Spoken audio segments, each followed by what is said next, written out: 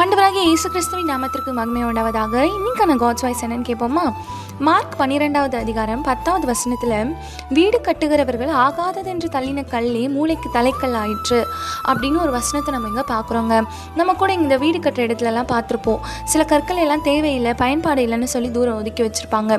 கடைசியில் பார்த்தீங்கன்னா அந்த கல் தான் தேவையான இடத்திற்கு தேவையான பயன்பாட்டுக்கு முக்கியமான கல்லாகவே இருக்கும்.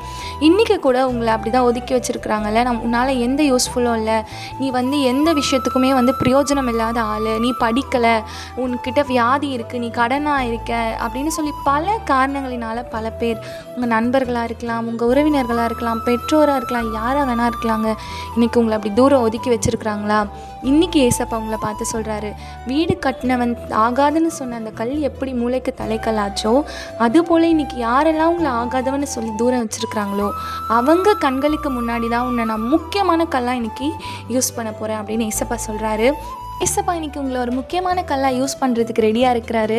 எல்லார் முன்னாடியும் உங்களை உயர்த்துறதுக்கு ரெடியாக இருக்கிறாரு. நீங்களும் அந்த பிளெஸ்ஸிங்கை ரிசீவ் பண்ணுறதுக்கு ரெடியாக இருங்க.